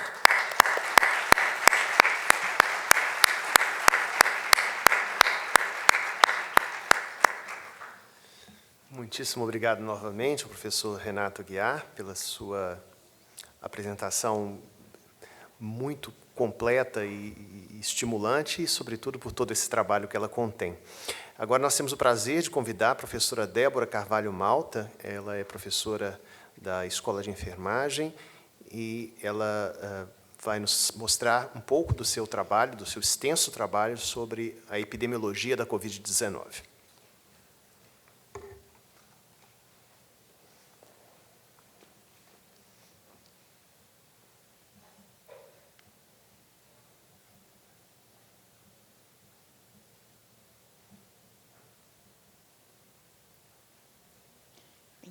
Boa tarde, professor Fernando. Muito obrigada pelo convite, professora Sandra, professora Janaína. É uma honra estar aqui com todos esses colegas e poder apresentar um pouco do nosso trabalho. Eu, no percurso, decidi falar um pouco sobre epidemiologia, conceitos, as suas bases históricas, e depois apresentar os estudos que nós tivemos a oportunidade de coordenar e de participar durante a pandemia. Também falar um pouco da comunicação social, que eu acho que foi também um grande êxito, né, da UFMG e da ciência, e que isso nos traz de aprendizado. Eu sou médica, sou epidemiologista, professora da Escola de Enfermagem, e a epidemiologia é uma ciência, né, aí do final do século XIX, e que estuda, né, a distribuição das doenças ou das condições em populações humanas, né, e também os fatores que influenciam essa distribuição. E a epidemiologia ela nasce de 3 ciências, né, então, da clínica, da estatística e da medicina social. E eu destaco a questão da medicina social porque, enfim, a epidemiologia ela tem um grande compromisso com a compreensão, né, dos determinantes sociais, e na Covid isso foi muito importante, né, os estudos que nós conduzimos sobre desigualdades. E eu trago aqui também, enfim, o tema da medicina social, ele às vezes fica um pouco esquecido, né, lá no século XIX, mas nós temos, né, epidemiologistas, especialmente latino-americanos, né, como o James Braille, né, que é equatoriano, que ele nos traz sempre, né, esse destaque do papel da epidemiologia no seu compromisso social e de alguma forma, também nesse empoderamento, né, com a população, devolvendo um pouco desses estudos para que a gente possa fazer essa reflexão. E a epidemiologia, sem dúvida, ela foi essencial no processo da pandemia, junto com todas as demais ciências, né, que estão sendo aqui apresentadas.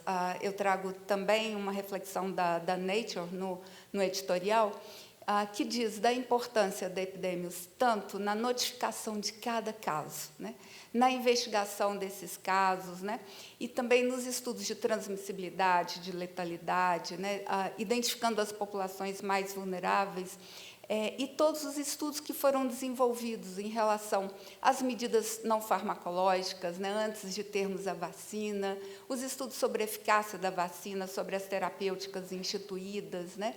Então, a professora Letícia trouxe aqui vários estudos fundamentais. Enfim, tudo isso mostra que, de fato, nós fomos fontes importantes para deter as fake news, né?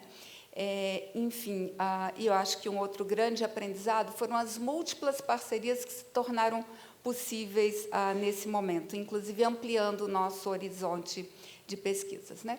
Bem, nós iniciamos muito precocemente as nossas investigações, e aí trazendo, inclusive, outras perguntas, né? Como a pandemia ela mudou os estilos de vida dos brasileiros, né? Como o distanciamento social contribuiu no agravamento dos fatores de risco para as doenças crônicas. Eu pesquiso muito doenças crônicas e violências, e durante a pandemia a gente foi observar exatamente isso, né? E aí nós fizemos, enfim, já temos uma longa tradição de parceria, mas junto com pesquisadores da Fiocruz, pesquisadores da Unicamp, nós desenvolvemos um questionário online e ainda sem financiamento, né, rapidamente nós aprovamos na CONEP.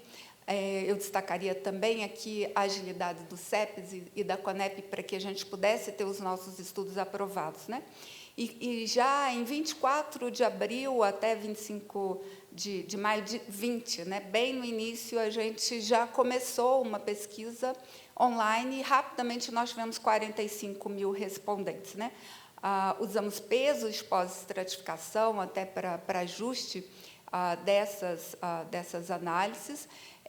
Entre junho e setembro, nós aplicamos um questionário semelhante em adolescentes e tivemos 9.500 correspondentes, respondentes. Isso nos trouxe já muitas evidências, né? Então, enfim, com isso, eu acho que nós conseguimos responder as perguntas em relação a estilos de vida. O primeiro grande destaque, eu diria, né, que a população entendeu, né, o nosso apelo do distanciamento social e ficaram em casa. 75% das pessoas ficaram em casa no primeiro momento, e quando as pessoas tinham doenças crônicas, isso subia para 79%. Mas isso trouxe consequências que também, na sequência, nós estudamos. Os fatores de risco das doenças crônicas, eles foram exacerbados, né? Então, nós temos muitas evidências que mostram o benefício da atividade física regular, 150 minutos por semana. E já é baixa a prevalência da prática regular da atividade física entre a população adulta brasileira, em torno de 30%. Durante o distanciamento social, isso caiu para 12,6%, né? Ou seja, isso já apresentou consequências rápidas, né? E terá também consequências a médio e a longo prazo. Na verdade, além disso, uma outra consequência foi o aumento do tempo sedentário, o aumento do tempo na TV, e também em função do home office, da mudança da forma de se comunicar, o tempo em frente ao computador, né? Então, que passou de 3 horas e 50 minutos para 5 horas e 20, né? A mudança também nos alimentos, né? Então, a alimentação saudável, ela reduziu e aumentou muito o consumo de alimentos não saudáveis, especialmente os ultraprocessados. Isso tem uma consequência muito imediata, porque um alto teor de gordura, de açúcar e também de conservantes, né? Também verificamos, em relação ao tabaco, a prevalência do uso do tabaco em torno de 12%, não teve grande alteração em relação às pesquisas anteriores, que também nós sempre estudamos e coordenamos, mas o que nós verificamos que aumentou a quantidade de cigarro fumado, né? 34% das pessoas aumentaram a frequência de uso e o número de cigarros fumados. Isso teve associado, então, com sexo feminino, com escolaridade, a baixa escolaridade, e também com a saúde mental, né? Piora do sono, isolamento dos familiares, sentimentos de tristeza, de ansiedade, piora da renda, né? E pior avaliação do estado de saúde. Também identificamos o aumento do consumo do álcool e que isso também estava associado com problemas de saúde mental, com tristeza e depressão. Verificamos também uma mudança na procura e no acesso aos serviços. Os serviços de saúde, eles estavam muito direcionados, obviamente, ao atendimento dos pacientes de Covid com síndrome respiratória grave, mas isso trouxe consequência para as atividades de rotina, não só na saúde da criança e materno-infantil, que vários pesquisadores identificaram isso, mas nós pesquisamos especificamente as doenças crônicas, que era o nosso foco, e reduziram, né, os atendimentos, tanto acesso a medicamentos, consultas, a regularidade da frequência, mas também as internações, né? Resultados semelhantes nós identificamos entre os adolescentes, né? E eu destacaria aqui um resultado entre os adolescentes, que é o sentimento de tristeza, de irritabilidade, né? O mau humor, né? Que foi muito frequente, especialmente entre meninas. 62% das adolescentes relataram isso, e entre os meninos, 35%. Né? Na sequência, nós estudamos todos os sistemas de informação disponíveis, né? E sempre com foco tanto em doenças crônicas como também em desigualdades, né? Esse trabalho foi liderado por um aluno nosso, e as análises dos dados do sistema de informação hospitalar mostraram que nós tivemos uma redução muito grande, né, das internações por doenças cardiovasculares, né? E tanto o total das doenças cardiovasculares, mas também as doenças específicas, né? Então, o AVC, as síndromes coronarianas agudas, a insuficiência cardíaca. Utilizando as bases de mortalidade, naquela época, inclusive, nós inovamos, né? Usamos as bases dos registros civis, porque, na época, o sistema de informação de mortalidade do Ministério da Saúde não estava disponível. né? Então, nós tivemos que fazer uma parceria com os registros civis, identificamos muito precocemente, né, uma mudança em relação às doenças cardiovasculares, né? Comparando 6 capitais, no primeiro momento, nós vimos que até reduziram diagnósticos, né, como o infarto agudo, como também o acidente vascular cerebral, mas o que aconteceu de fato foi que nós aumentamos, né, os diagnósticos cardiovasculares inespecíficos, né, e as mortes no domicílio, né? Então, isso foi muito importante, porque a gente já fez um alerta, né, para os profissionais de saúde, para os gestores, que nós não podíamos descuidar, né, dos pacientes com doenças crônicas, né? Então, o acompanhamento longitudinal é muito importante para que a gente possa prevenir, né, as doenças crônicas, evitar óbitos, né, e melhorar a qualidade de vida. Uma outra linha de investigação foi exatamente identificar as desigualdades na ocorrência da pandemia, né?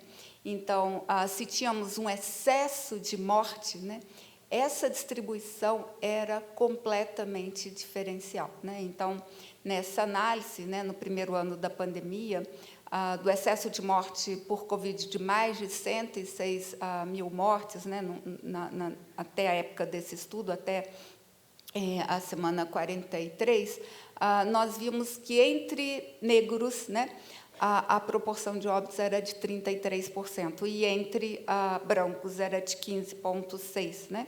Então, as históricas diferenças raciais desse país, elas foram, de alguma forma, intensificadas, né, durante a Covid. Nessa análise, com os dados já do Sistema de Informação de Mortalidade em Belo Horizonte, nós analisamos por setor censitário. São 3.300 setores censitários em Belo Horizonte, e nós agregamos em 3 estratos, né? O estrato de baixa vulnerabilidade, de média vulnerabilidade e de elevada vulnerabilidade.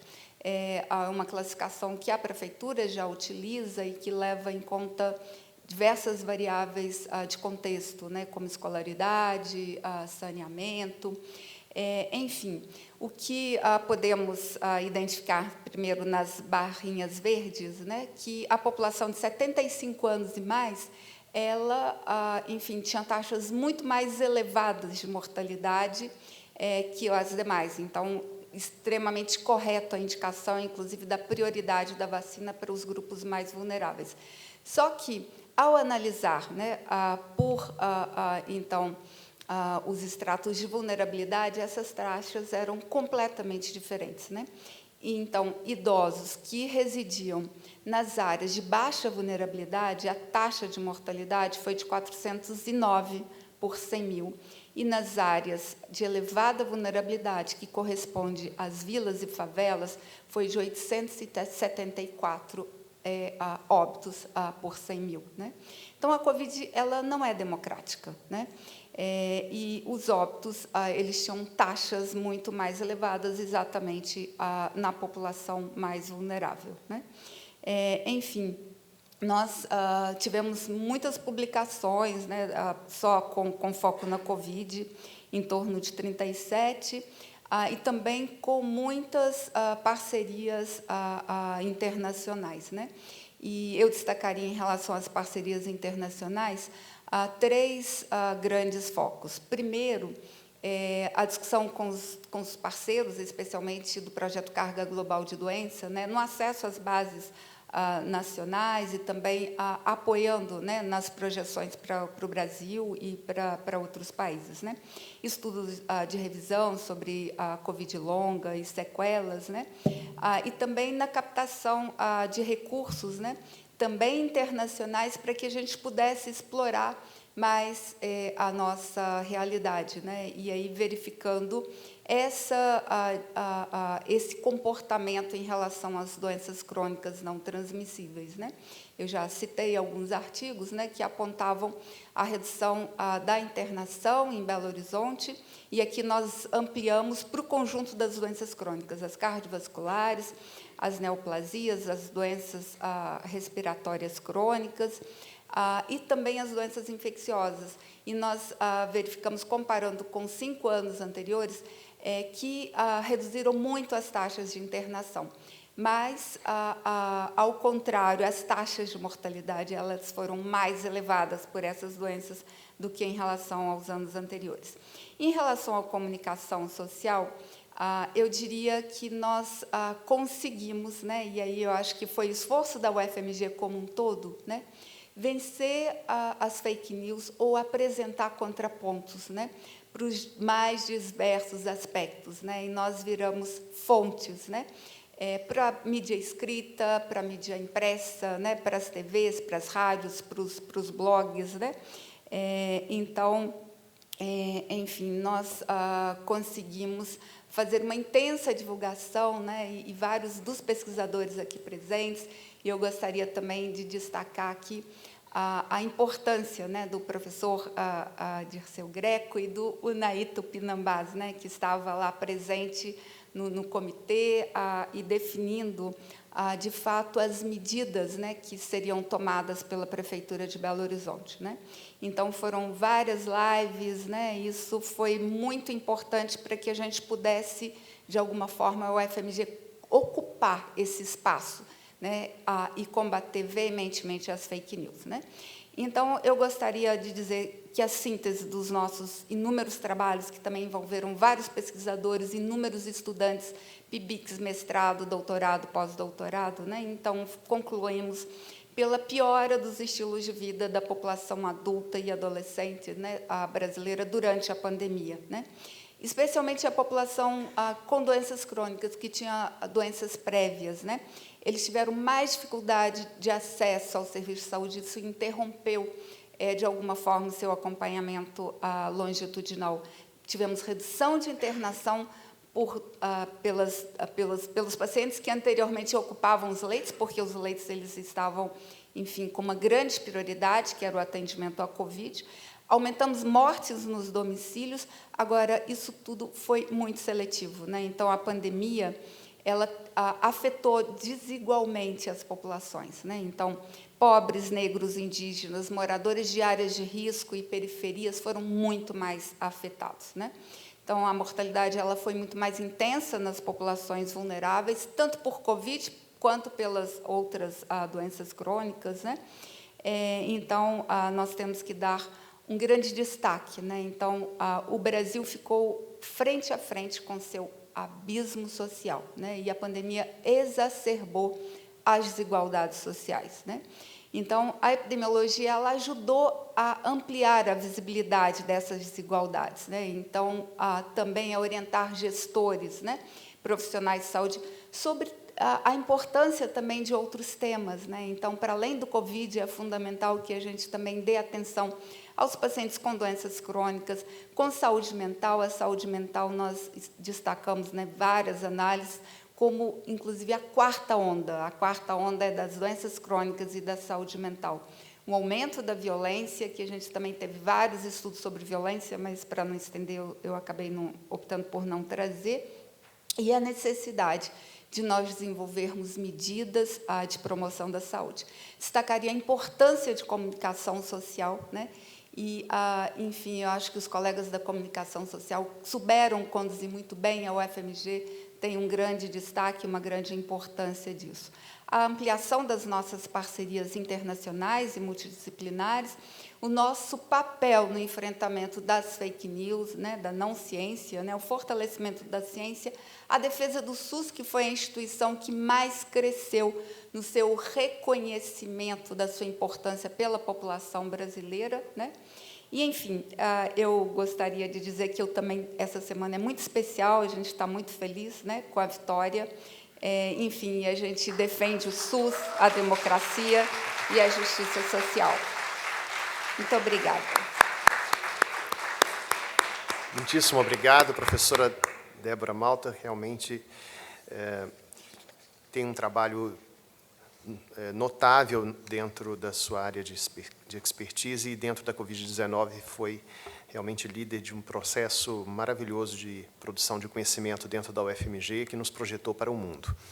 Eu quero, então, convidar para a última apresentação dessa tarde o professor Ricardo Gazzinelli, que é diretor do CT Vacinas, é professor do Departamento de Bioquímica e Imunologia, e vai nos falar sobre a pesquisa do seu grupo no desenvolvimento da vacina anti-Covid-19. Os três. Problema técnico aqui que já está quase que resolvido. Vamos, sabe, então, aqui, peraí, só abrir uma, a duas. Acho que a 2 é a mais pesada mesmo. Estou tentando abrir a 2. Isso. Não estou conseguindo abrir a 2. Essa é a 3 mesmo? É.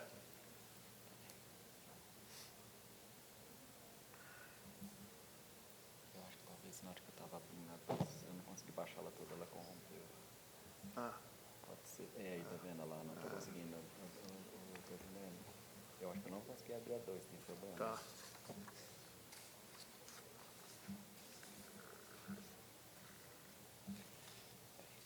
Será que a Adriana conseguiu?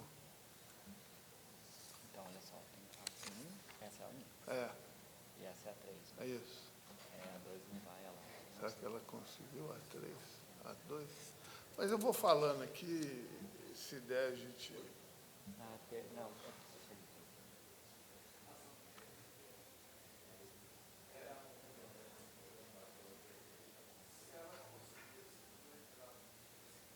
Mas,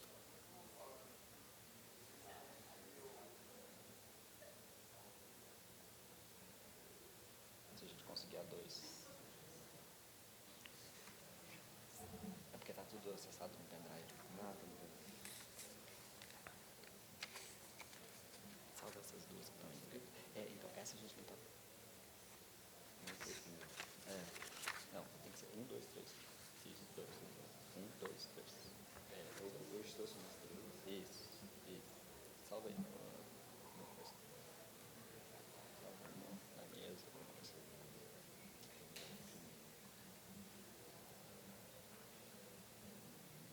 Isso, tenta salvar a 2. a 2 está corrompida. Eu acho que tá, mas eu vou tentar. Isso, agora isso. Ah lá, não dá. Isso, abre a primeira, a terceira, eu vou tentar salvar a 2. Bom, primeiro eu gostaria aí de também agradecer aí o professor Fernando, a professora Sandra pelo convite e pela distinção que nos foi dada e dizer que também é uma honra que está presente aqui com os colegas aqui que tanto contribuíram aí na luta contra a Covid-19. Então, eu vou contar um pouco aqui, um pouco da nossa história e como que a gente chegou aqui na Covid-19. E também agradecer ao Renato e a Adriana aqui pela força-tarefa para resolver o problema da minha apresentação, que esses equipamentos hoje são totalmente... não tem muita comunicação entre eles, então eles estão me ajudando aí. Então, na verdade, a nossa história aqui começa um pouco antiga, né? A gente começa em 2002, quando criou uma rede de biomoléculas. Na época, muitos de vocês não lembram, mas era o professor Diniz, o Mares Guia e também envolvido o professor Beirão, entre outros aí do Departamento de Bioquímica. E isso foi um passo inicial, né, que era uma rede para trabalhar em moléculas, na época de parasitas e venenos de serpentes, escorpião, e com a visão assim, mais de tentar usar uma coisa mais aplicada, desenvolvimento de novas drogas, especialmente no que é relacionado às toxinas, e também desenvolvimento de diagnóstico e vacinas. E essa história foi em 2005. Então, nós fizemos a rede, o Instituto do Milênio de Vacinas, que aí já integrava vários grupos do Brasil. Posteriormente, isso transformou no Instituto Nacional de Ciência e Tecnologia de Vacinas. Em 2016 foi renovado, e aí nós criamos, então, o Centro de Tecnologia de Vacinas, instalado no BHTEC, e até chegar aqui, então, 2020, né? Então, aparece o problema da Covid, e, de certa forma, nós estávamos um pouco preparados aí para muito mais na área de diagnóstico, né, que são tecnologias mais simples para o desenvolvimento, e também na parte de vacinas, mas toda a parte de vacina a gente nunca conseguia chegar a um produto, ou mesmo a um teste humano, né? Nós chegamos na área de veterinária, mas não na área humana. E a Covid, então, surgiu aí, e houve, então, a criação dessa rede, né, de vírus do MCTI, e nós acabamos entrando, participando na parte de diagnóstico, que foi a professora Ana Paula Fernandes, da Faculdade de Farmácia, e na subrede de vacinas que eu entrei. Nessa subrede, aqui está a nossa experiência, né, que nós já tínhamos desenvolvido uma vacina que chegou ao mercado, é uma vacina para leishmaniose canina, que foi iniciada na UFMG, né, dentro do contexto do Instituto do Milênio, e demorou, em 2008, ela foi lançada no mercado, ela foi lançada assim, como uma aprovação emergencial, e, em 2013, ela foi aprovada definitivamente, e ela se tornou um produto de sucesso. Aí, hoje, eu acho que ela movimenta o mercado aí de 100, 200 milhões anuais, o Estado recebe 40 milhões de imposto todo ano, e a UFMG em torno aí de 1 milhão por ano de royalties. Então, nós temos muito orgulho, e a Ana Paula teve aí um papel fundamental nisso aí. Isso serviu um pouco de base aí tanto para o INCT, para a gente avançar na pesquisa no INCT, e para criar, então, o CT Vacinas, que tem hoje 4 pesquisadores que são parte do conselho gestor, que sou eu, a Ana Paula Fernandes, o Flávio Guimarães, da Virologia, do ICB, e a Santuza. Além disso, tem vários outros pesquisadores.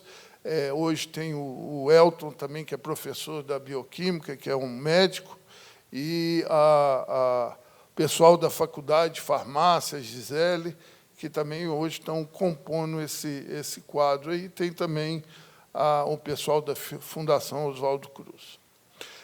Dentro já dessa rede do Ministério, então, que era coordenada pela Ana Paula, a rede de diagnóstico, que, inclusive, eu acho que o Renato também participa dessa rede. Então, nós desenvolvemos, então, o primeiro kit de Covid-19 para imunodiagnóstico, né? Então, o primeiro foi um ELISA, e, recentemente, também nós desenvolvemos um teste de captura de antígeno. O de ELISA foi aprovado na Anvisa, e esse de captura está em fase final de aprovação, e também vai poder ser utilizado aí no futuro. Mas, no começo da pandemia, né, quando se montou essa rede, o que estávamos todos preocupados é a dependência tecnológica que o Brasil tinha nas coisas mais simples, né? Então, um bom exemplo foi esse teste molecular, que a universidade fez uma rede de laboratórios, aí, com vários laboratórios do ICB e da Faculdade de Medicina, que praticamente começaram a fazer toda a testagem para a Covid-19. E os laboratórios privados, no começo da pandemia, não estavam preparados para isso. E depois, também, toda a parte desses kits de diagnóstico, nós sabemos que tudo é importado, todos os insumos são importados. Então, uma das missões aí do CT é trabalhar aí diminuir um pouco dessa dependência tecnológica, que, obviamente, ficou muito claro o problema disso, né? Se realçou muito na questão da pandemia. Tá? Então, essa é uma das nossas missões. A parte diagnóstica foi mais fácil. Aqui também é um trabalho, aí, com certeza, desenvolvido aí junto do Renato, que o Flávio e a Santuza trabalharam muito para a testagem dessas amostras, junto com a FUNED, aquela rede que já foi apresentada, e também um pouco na área de tipagem de isolados, com certeza, foi um projeto aí que o Renato teve um papel muito importante, e dessa rede da Fundep, né, Coolabs, que agregou vários laboratórios da UFMG nessa força-tarefa. Então, vou falar um pouco mais agora da vacina, que é mais a minha parte. Então, grande parte das vacinas, hoje, né, para a Covid, eu acho que todas no mercado, elas se baseiam muito na parte do anticorpo neutralizante, né, que a virologia, em geral, vacina é toda baseada em anticorpo neutralizante. E, na época, nós pensamos, vamos fazer alguma coisa diferente, porque já tem tantas vacinas voltadas para induzir anticorpo neutralizante que mais uma ou menos uma não vai fazer muita diferença. E obviamente, por mais pouco usual tenha sido essa ideia, né, assim, não ortodoxa, hoje, depois que a gente está vivendo aí a pandemia com a cepa Ômicron, talvez não tenha sido, então, uma decisão muito errada, né? Então, aqui é só para mostrar que poucas mutações permite o vírus escapar da resposta imune, e para linfócitos T é um pouco diferente, porque ele reconhece simultaneamente diferentes segmentos de uma molécula. E, no caso, então, é muito difícil você ter simultaneamente mutações que vão neutralizar, né, o efeito de uma vacina. Então, no caso, hoje, nós sabemos que as vacinas que existem atualmente que induzem neutralizante, a efetividade delas contra a Ômicron é muito pequena, né? O nível de neutralizante com a vacina que induz o neutralizante da Wuhan, ela induz níveis 30 vezes mais baixos e a resposta desaparece rapidamente quando você está falando na proteção contra a Ômicron. E, por outro lado, aproximadamente 80% da resposta a linfócitos T é preservada. Então, o que nós fizemos foi fazer um estudo e procurar genes que sofriam poucas mutações, ou que poucas mutações eram selecionadas, né? Então, e encontramos que essa proteína chamada nucleocapsídeo, que associa com o RNA do genoma viral, ela é muito conservada, não varia de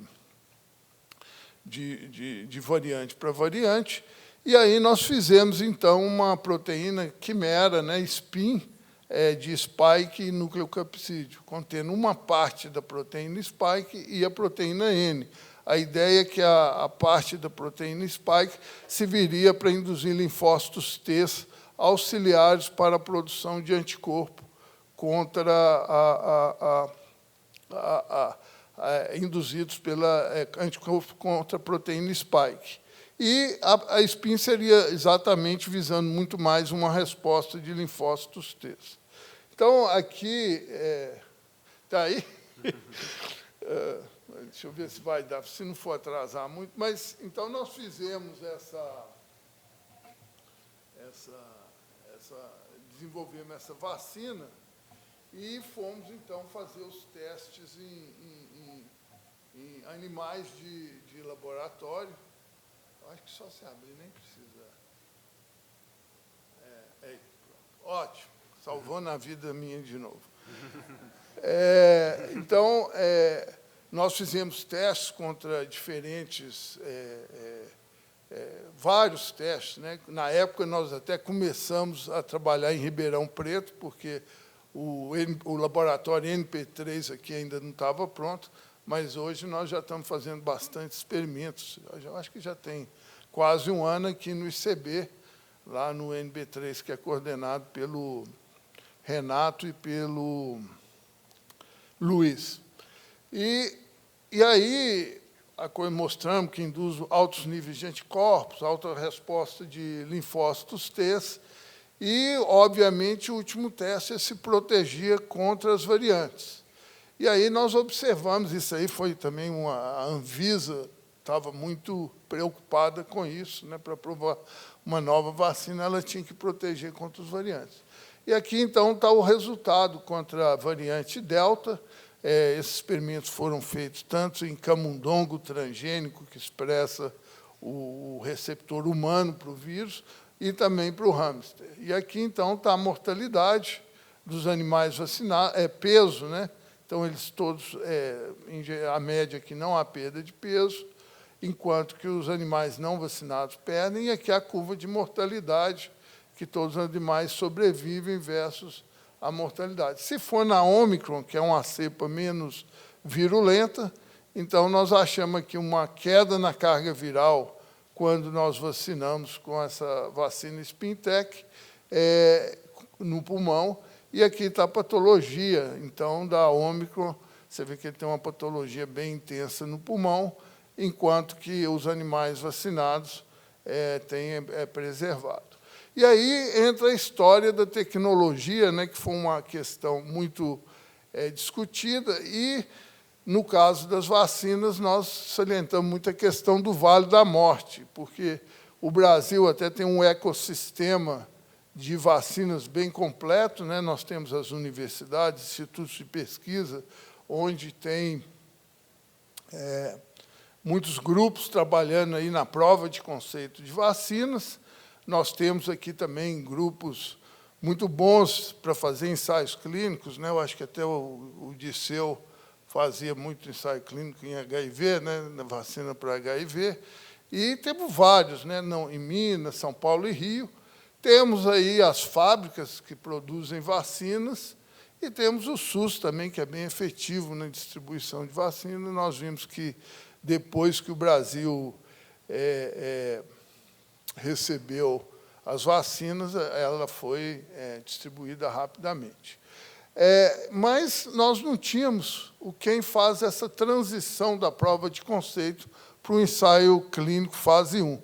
E foi essa a nossa proposta, então, de fazer essa ponte. Obviamente, nós estávamos bem situados, porque eu coordenava o Instituto Nacional de Ciência e Tecnologia de Vacinas, e frustrado, né, que todas as nossas vacinas ficavam aqui. Então, dentro de todas as dificuldades da pandemia, acabou isso sendo uma oportunidade para desenvolver uma área que era totalmente inexistente no Brasil, tanto relacionado com infraestrutura quanto com capacitação técnica. E aí, então, nós desenvolvemos essa vacina o processo de produção. Isso foi tudo feito no CT Vacinas, envolveu, eu nunca pensei que era uma coisa tão complexa, envolveu um grupo grande de pesquisadores do ICB, da Faculdade de Farmácia, da Fiocruz, e tivemos que desenvolver todo esse processo. Tem um controle de qualidade altíssima, porque, no fim, nós tínhamos que gerar um produto que era injetável em humanos. Desenvolvemos também o adjuvante, que é uma substância muito difícil de você conseguir para vacinas humanas. Então, nós produzimos um adjuvante genérico, que nós achamos um adjuvante que a propriedade intelectual tinha expirado, fizemos isso tudo, e, nesse período, o laboratório foi aprovado pelo Inmetro para boas qualidades de produção, e, então, isso permitiu que a gente chegasse até o fim. Hoje, nós podemos chegar até o produto injetável humano.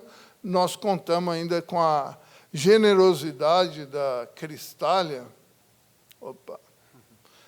que fez a formulação final, falando que não cobraram nada, falando, não, essa é a nossa contribuição para a pandemia e para a ciência brasileira. Então, chegamos aí num produto aí, já para estudos pré-clínicos de segurança e estudos clínicos, estudos de estabilidade, que são bem complexos. O professor Elton, daqui do ICB, e o professor Jorge Pinto, da UFMG, elaboraram, então, o ensaio clínico, né, onde ele vai ser realizado na Faculdade de Medicina, o fase 1, 2, e, isso foi aprovado. Eu gosto de mostrar isso aqui, que a gente que escreve paper acha cheio de barreiras, né? A Anvisa, nós fizemos não sei quantos vai e vem, e, no fim, nós tínhamos um processo aí de 5.000 páginas para ser aprovado. Então, foi uma luta, e dizer que era uma viagem era uma primeira viagem, né? Então, muita inexperiência nossa, mas eu acho que, com isso, nós aprendemos bastante, né? Então, ela foi aprovada aí para os ensaios clínicos na Comissão de Ética Nacional, né? Primeiro no CEP da UFMG, depois na Comissão de Ética Nacional, e na Anvisa, no dia 3 de outubro. Nós ficamos assim, o pessoal estava alucinado, porque foi um trabalho de mais de um ano em diálogo com a Anvisa e uma quantidade de experimentos, muitos que a gente não previa pela própria inexperiência, mas conseguimos chegar lá. E eu acho que talvez tão importante, ou talvez até mais importante, né, porque nós já temos várias vacinas, quem sabe a nossa vacina chegue lá, né, passe realmente a segunda fase do Vale da Morte, será uma grande contribuição e de orgulho para nós. Mas, mesmo que não chegar, o que a gente pensa é o seguinte: ela preparou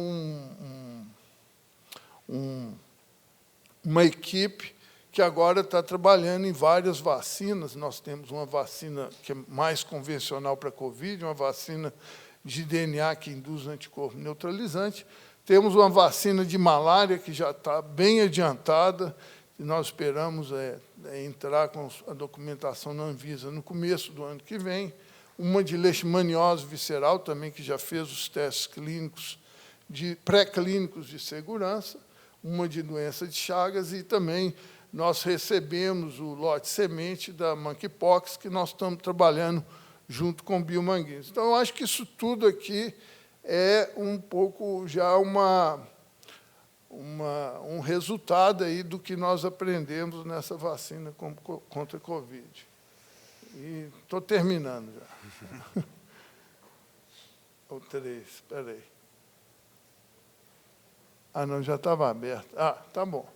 Então, nessa empreitada, né, nós também juntamos alguns CTs, e aí com apoio também da Pró-Reitoria de Pesquisa, criamos uma unidade Embrapi de fármacos e vacinas, a Farmavax, que nós estamos chamando, e isso vai permitir, então, uma maior interação com o setor privado, pelo menos esperamos.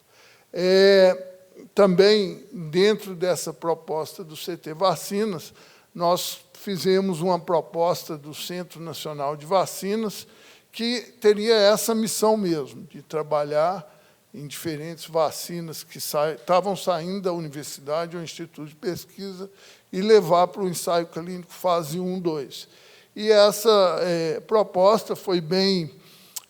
Primeiro, ela foi elaborada pela Academia Brasileira de Ciência, né, que fez a proposta de criação de Centro Nacional de Vacinas, um ou mais no Brasil, e ela realmente, a UFMG, agora teve um papel fundamental do começo ao fim, sem o apoio da reitora e da UFMG como um todo, nós não teríamos tirado isso do papel. Tivemos o apoio do MCTI e do governo de Minas, e aí foi assinado um convênio para criar esse Centro Nacional. Hoje o prédio está sendo...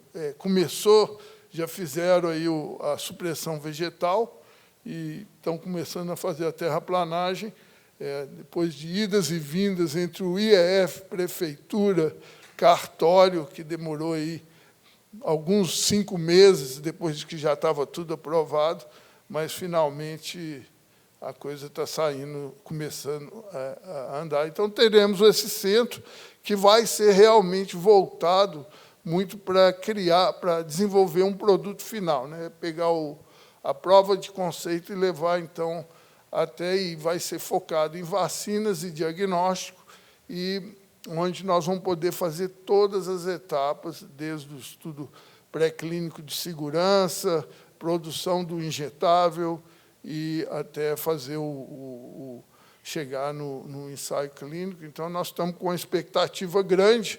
Obviamente, são outros desafios, que é a sustentabilidade, ter uma equipe dedicada, mas que nós estamos aí trabalhando, nós vamos ter aí uns 2, 3 anos para resolver. E, finalmente, dizer que isso aqui é um trabalho realmente de equipe, pessoal extremamente dedicado, o pessoal vestiu a camisa, e é impressionante como eles se dedicaram aí a cada um desses projetos.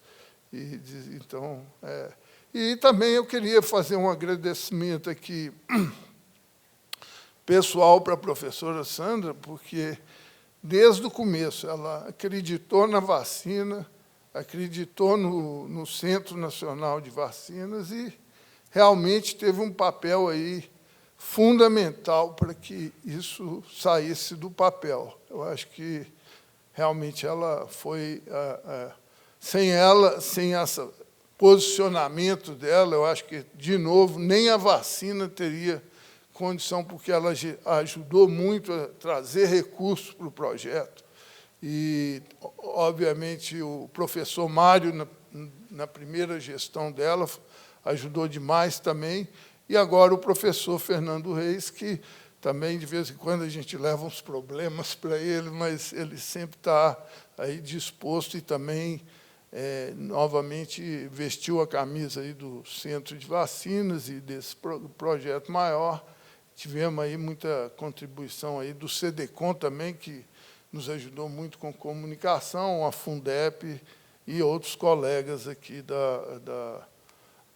de outras instituições, e muitos alunos, pesquisadores, professores aí da UFMG e Fiocruz. E, último, deixa eu ver, não sei se está passando.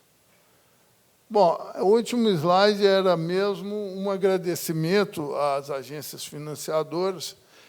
Nós tivemos também reconhecimento aí pelos políticos, né? Tivemos um grande financiamento da Prefeitura, do prefeito Calil, né? Da Prefeitura, da Assembleia Legislativa, do Congresso, o usual MCTI, através da FINEP, CNPq, FAPEMIG, o MEC, né, teve esses projetos do Ministério da Educação. Então, realmente, fomos muito apoiados de todos os lados. Então, é isso o que eu tenho.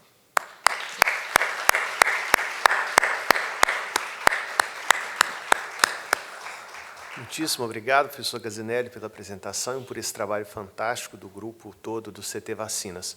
Com isso, então, eu agradeço a participação de todas as pessoas que estão aqui conosco e que nos acompanham à distância, a participação de todas as pessoas que fizeram esse imenso esforço de pesquisa de entendimento da Covid-19, que foi um marco na nossa história da universidade, e que mostra a competência formada para enfrentar outros desafios, os que já estão postos e os que virão, através de todas as gerações de pesquisadores que estão sendo formadas nesse processo e de todas as lideranças a quem nós muito, muito agradecemos. Obrigado a todos vocês, e está encerrada a sessão.